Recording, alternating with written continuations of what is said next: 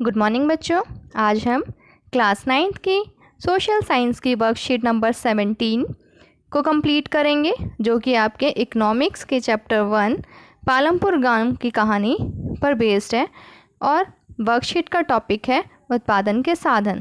तो सबसे पहले हम इस वर्कशीट में उत्पादन के बारे में जानेंगे। उत्पादन वह आर्थिक क्रिया है जिसके अंतर्गत मानव उपयोगी वस्तुओं और सेवाओं का निर्माण किया जाता है। अब उत्पादन वह आर्थिक क्रिया से हमारा मतलब है जो भी क्रियाएं पैसे से रिलेटेड होती है, धन से रिलेटेड होती है, जो पैसा कमाने के लिए की जाती हैं, उन सभी क्रियाओं को हम क्या कहते हैं? आर्थिक क्रियाएं। जैसे कोई भी व्यक्ति कोई सामान बेचता है, कोई बिजनेस करता है, जो भी काम जिससे वो पैसा कमाता है उसको हम आर्थिक क्रिया कहेंगे। हर एक वस्तु के उत्पादन में 4 चीज़ों की आवश्यकता पड़ती है। अब किसी भी वस्तु का उत्पादन अगर हम करते हैं तो उसमें हमें 4 चीज़ों की आवश्यकता होती है और इन 4 चीज़ों को उत्पादन के कारक कहा जाता है, जो है भूमि, श्रम, पूंजी, उद्यम। जैसे कि यहाँ हम इस डायग्राम में भी देख पा रहे हैं कि उत्पादन के कारक इस टेबल के द्वारा बना के दिखाया गया है।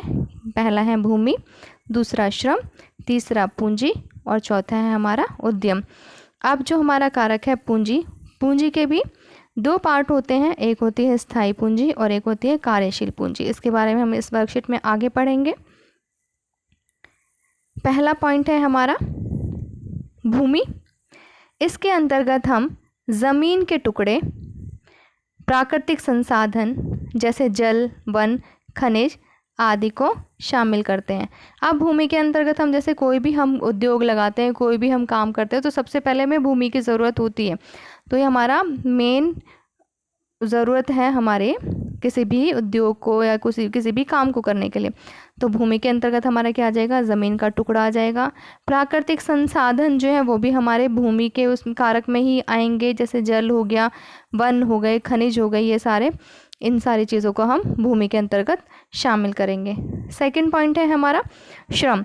श्रम के अंतर्गत वो सब लोग आते हैं जो काम करने के योग्य हैं और काम करने की इच्छा रखते हैं। अब श्रम में जैसे हमारे मजदूर हो गए या फिर जो भी लोग हम काम करेंगे वो हमारे श्रम के अंतर्गत आते हैं, और इसमें वो लोग आएंगे जो काम करने के योग्य हैं और काम करने की इच्छा भी रखते हैं।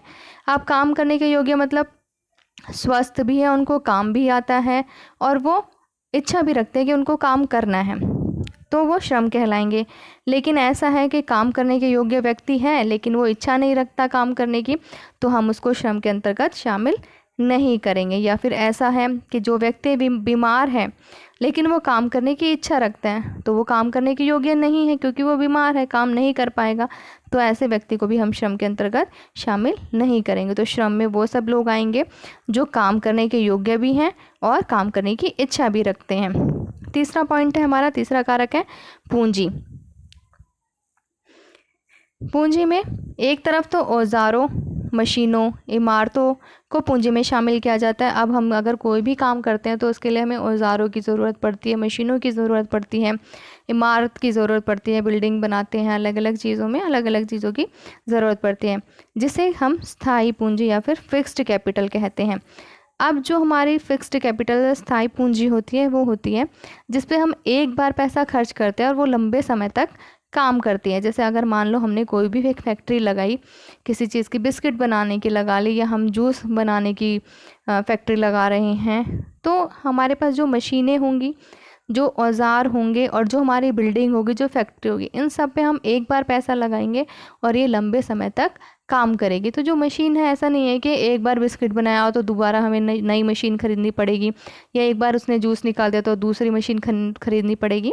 नहीं, ऐसे जो हमारी पूंजी है, ऐसा जो सामान है जिस पे हमें एक बार पैसा खर्च करके बहुत लंबे समय तक हम उसको इस्तेमाल करते हैं, उसे हम कहेंगे स्थायी पूंजी।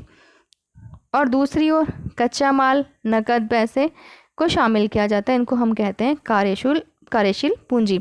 मतलब जिनको हम एक बार इस्तेमाल करें तो हमें दोबारा नई पूंजी की ज़रूरत होती है। जैसे अगर कच्चा माल है हमारा, बिस्किट बनाने के लिए हमने जिन जिन सामान का इस्तेमाल किया, आटा, मैदा, चीनी, जो भी चीज़ें हमारी यूज़ होती हैं, या फिर जूस निकालने के लिए हमें जो फ्रूट है जिसका जूस हमने निकाल लिया, एक बार अगर हमने इन चीज़ों का इस्तेमाल कर लिया तो हम दोबारा उस काम के लिए उसको इस्तेमाल नहीं कर सकते। और जो पैसे हमने उस पर लगाए इन सामान को ख़रीदने के लिए, कच्चा माल ख़रीदने के लिए, या जो भी इस उद्योग में हमने पैसे लगाए, एक बार जब इस्तेमाल हो गए तो हम दोबारा उस पैसे को इस्तेमाल नहीं कर सकते।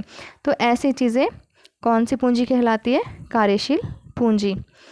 फोर्थ पॉइंट है हमारा उद्यम।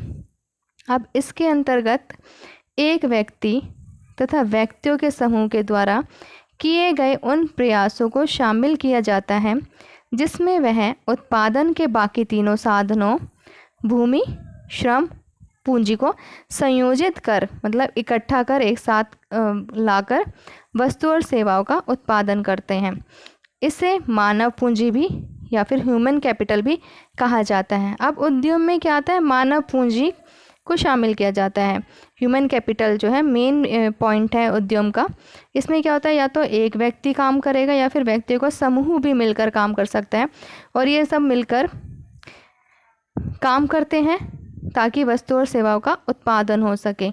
अब जब ये काम करते हैं, मानव पूंजी जब काम करते हैं, तो वो बाकी के 3 साधनों को, भूमि हो गया, श्रम हो गया और पूंजी, चौथा तो खुद मानव पूंजी है, उद्यम है, तो इन तीनों को भी साथ मिलाकर ही काम करते हैं। मान लो एक व्यक्ति किसी भी चीज़ का बिजनेस कर रहा है, जैसे अभी मैंने आपको फैक्ट्री का एग्जाम्पल दिया था कि बिस्किट फैक्ट्री लगाई है या फिर फ्रूट की लगाई है, फ्रूट जूस की, तो उसमें क्या करेगा? मानव पूंजी ने सोचा, और सोचकर उसने क्या किया? पैसे लगाए, पूंजी लगाई, भूमि पे फैक्ट्री लगाई, और श्रम मिला काम करने के लिए, श्रम को लगाया, जो हमारे लेबर हो गए इस तरीके से, और ये सारी चीज़ें वो इकट्ठे करके एक फैक्ट्री लगाता है। तो चलिए अब क्वेश्चंस को डिस्कस कर लेते हैं। फर्स्ट क्वेश्चन है हमारा, उत्पादन के सभी कारकों के नाम लिखिए। अब फर्स्ट क्वेश्चन तो हमारा डायरेक्ट हमें उस टेबल में भी दिखाया गया था कि उत्पादन के सभी कारकों के नाम क्या हैं, यहाँ हमने देखा था, इधर से हम कर सकते हैं। उत्पादन के कारक कौन कौन से थे? भूमि, श्रम, पूंजी और उद्यम। दूसरा, आप इस टेबल के तरीके से भी बना के आप इस क्वेश्चन को सॉल्व कर सकते हैं, आंसर लिख सकते हैं कि उत्पादन के कारक हमारे हैं भूमि, श्रम, पूंजी, उद्यम या फिर मानव पूंजी, और पूंजी के अंतर्गत स्थायी पूंजी और कार्यशील पूंजी। ये हमारा फर्स्ट आंसर हो गया। सेकंड क्वेश्चन है हमारा, इस चित्र में आप उत्पादन के किन कारकों को देख पा रहे हैं? अब अगर हम इस इमेज को देखें, हम इसको जूम कर लेते हैं थोड़ा, तो हम ध्यान से देखेंगे तो यहाँ पर कुछ मज़दूर हैं जो किसी बिल्डिंग को बनाने का काम कर रहे हैं। तो सबसे पहला हमारा उत्पादन का कारक, मनुष्य ने काम किया तो मानव पूंजी तो हो ही गया। दूसरा, श्रम हमें दिखाई दे रहे हैं, जो ये मज़दूर यहाँ काम कर रहे हैं, ये हमारा आ जाएगा श्रम के अंतर्गत। भूमि पर काम हो रहा है, भूमि एक कारक हो गया, पहला हमारा कारक, पहला जो है हमारा कारक हो गया भूमि, जिस पर काम हो रहा है। दूसरा हमारा श्रम हो गया, जो यह मज़दूर हमारे काम कर रहे हैं यहाँ पर सारे। तीसरा, अगर हम देखें तो ये औज़ारों से काम कर रहे हैं, तो हमारा तीसरा पूंजी के अंतर्गत ये औज़ार आ जाएंगे, मशीनें आ जाएंगी, और पैसा भी लगा इस काम को करने के लिए, तो ये सारी चीज़ें हमारी पूंजी के अंतर्गत आ जाएंगी। तो ये हमारे उत्पादन के इन कारकों को हम इस चित्र में देख पा रहे हैं। उसके बाद हमारा थर्ड क्वेश्चन है, उत्पादन के किस कारक को उत्पादन के लिए आप सबसे आवश्यक मानते हैं और क्यों? अब उत्पादन का जो भी कारक है हमारे 4, भूमि, पूंजी, श्रम और मानव पूंजी, तो उसमें से हम सबसे ज़्यादा आवश्यक मानते हैं मानव पूंजी को। तो इसका आंसर हमारा होगा उत्पादन के मानव पूंजी कारक को हम उत्पादन के लिए सबसे आवश्यक मानते हैं। और क्यों इसको सबसे आवश्यक मानते हैं? क्योंकि यहाँ पर इसका आंसर है, बाकी मानव पूंजी ही उत्पादन के बाकी तीनों साधनों भूमि, श्रम एवं पूंजी को संयोजित कर वस्तुओं और सेवाओं का उत्पादन करते हैं, क्योंकि मनुष्य ही अपने ज्ञान और कौशल का उपयोग करके वस्तु और सेवाओं का उत्पादन करते हैं, उनको बनाते हैं, इन सारे कारकों को मिलाकर संयोजित करके। तो इसलिए मानव पूंजी जो है उत्पादन का सबसे महत्वपूर्ण कारक हो गया। फोर्थ क्वेश्चन है हमारा, अपने किसी एक पड़ोसी को चुनकर वस्तुओं और सेवाओं के उत्पादन में उनकी सहभागिता पर नोट लिखें। यहाँ पर सबका आंसर अलग अलग हो सकता है, क्योंकि हर कोई व्यक्ति अपने अपने अकॉर्डिंग अपने अपने पड़ोसियों को देखकर उनकी सहभागिता उत्पादन में बता सकते हैं। इस क्वेश्चन को सॉल्व करने के लिए मैं अपना एक एग्जांपल दे सकती हूँ कि मेरे पड़ोस में मिस्टर कपूर रहते हैं, जिनकी बिस्किट्स की फैक्ट्री है, और वह मानव पूंजी के रूप में काम करते हैं, क्योंकि वह उत्पादन के अन्य साधनों को भी यूज़ करते हैं और उसमें अपनी भूमिका अदा करते हैं। जैसे मिस्टर कपूर खुद मानव पूंजी है और उनकी फैक्ट्री में मजदूर काम करेंगे, तो वो हो गए श्रम, उत्पादन का एक कारक।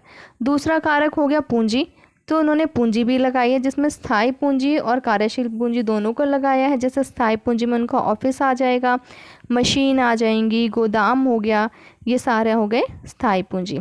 अब कार्यशील पूंजी में उन्होंने कच्चा माल, इन बिस्किट्स को बनाने में कच्चा माल भी इस्तेमाल किया है और नकद पैसे भी लगाए हैं इस फैक्ट्री को लगाने में और इस काम को करने में, तो ये हो गई उनकी कार्यशील पूंजी।